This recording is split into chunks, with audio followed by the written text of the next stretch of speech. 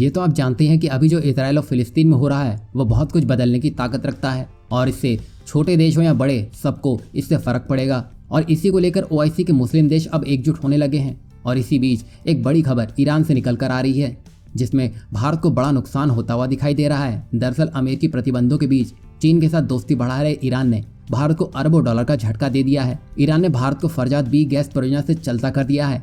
इस gas field की खोज भारत के ओएनजीसी विदेश लिमिटेड ने की थी। ईरान ने अब इस गैस फील्ड को खुद ही विकसित करने का फैसला ले लिया है। असल में भारत को ईरान में 3 अरब डॉलर की गैस परियोजना से हाथ धोना पड़ा है।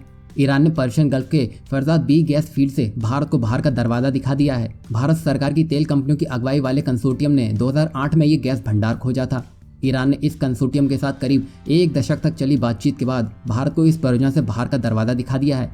ईरान की सरकारी तेल कंपनी NIOC ने इस गैस भंडार के उत्पादन के लिए सोमवार को पेट्रोपार्ट्स के साथ 1.7 अरब डॉलर की डील पर हस्ताक्षर किए हैं। ईरान की न्यूज एजेंसी साना के मुताबिक ये डील ईरान के पेट्रोलियम मिनिस्टर रेजान ज़िंदाना की उपस्थिति में हुई है और ये दूसरा मौका है जब ईरान ने भारत के निवेश प्रस्ताव को झटका दिया है।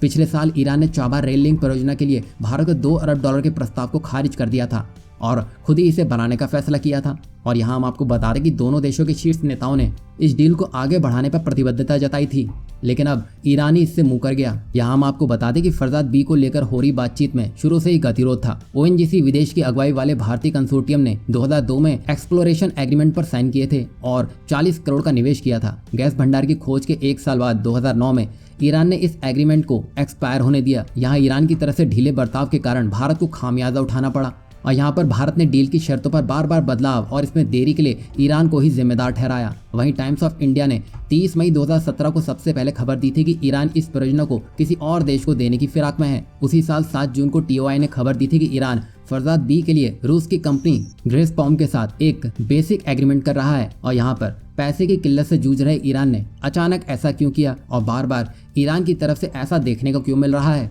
दरअसल ईरान ने अभी इस साल चीन के साथ 25 साल के लिए 400 अरब डॉलर का समझौता किया है। मई 2018 में परमाणु डील से अमेरिका के हटने के बाद ईरान बुरी तरह से अमेरिकी प्रतिबंधों की मार झेल रहा है और उसके पास पैसे की भारी कमी है। चीन से महा डील के बाद अब ईरान के पास जमकर पैसा आ गया है। यही नहीं, चीन ने भारत के विपरीत ईरान से तेल के आयात को काफी बढ़ाया है। इससे भी ईरान को चीन से काफी पैसा मिल रहा है और इसी चीनी पैसे के बल पर Iran Farzad B gas field को खुद ही विकसित करने जा रहा है। अब यहाँ पर भारत को अपनी विदेश नीति में बदलाव करने की आवश्यकता है जिससे वो उन देशों को कड़ा संदेश दे सके जो भारत को जवाब देते आ रहे हैं।